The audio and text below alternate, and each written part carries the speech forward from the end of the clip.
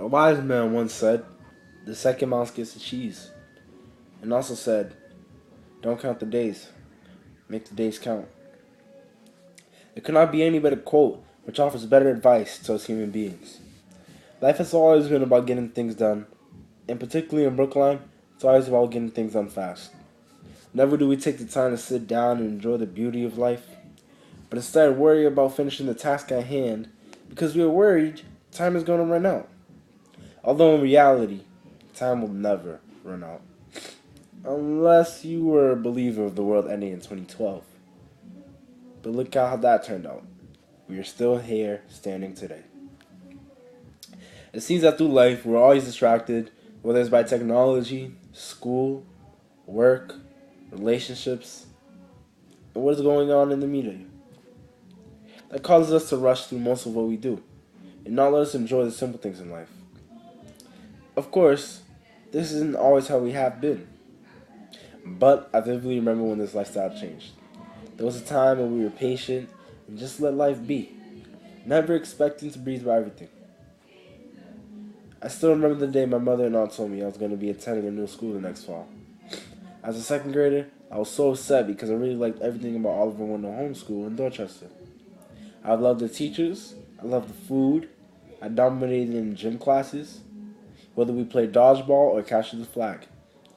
And I had great friends, one who also transferred to Brookline Public with me, and I consider a brother till this day. My first day in Brookline was in third grade at the Driscoll School. I remember everything about the first day. Everyone was different, and it was much more diverse, just like my aunt had told me. I was still skeptical whether I'd enjoy my stay at Brookline compared to the home school. Little did I know, this is where I was going to meet my best friends for years forward.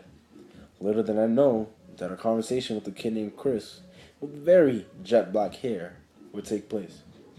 And from that day, we were inseparable friends. And a conversation took place just like this. Hi, what's your name? And I responded, my name is Ilson. And he said, oh, I like that name. I then replied, thanks, what's yours? And he exclaimed, Chris.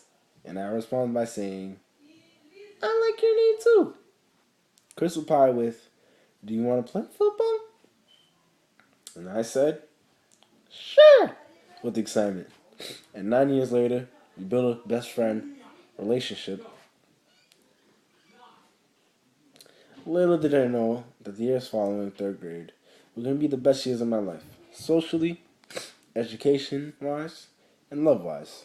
Well, fake love-wise.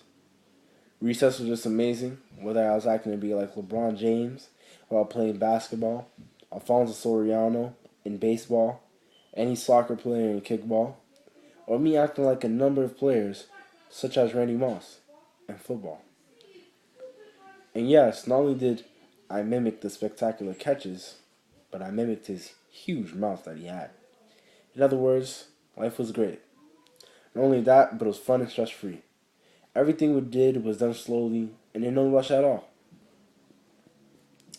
And on top of that, the education was great. As the years went by, and what felt like the 1,209 relationships with the Philly Wolf, I started to grow up. I slowly began missing the good old days because the responsibilities began to build, whether it was in school or at home. The rushing began to happen, and the enjoyment of the beauty of life slowed down.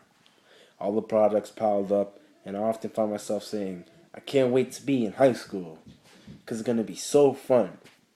Sophie Love would know a lot about that because every day, art class, she was my table mate and heard about how much I could not wait. I constantly listed amazing reasons, such as the food, football, cheerleaders, friends, and girls. Now here I am, 18 years old, and feel like an old man. And now I know I'm going to miss elementary, middle, and high school. What I have to offer is don't rush through life, enjoy what you have, enjoy the moment, and talk to people. Talk to people you've never met, listen to their stories, and tell your stories. Because everything must come to an end, and you have to cherish what you once had.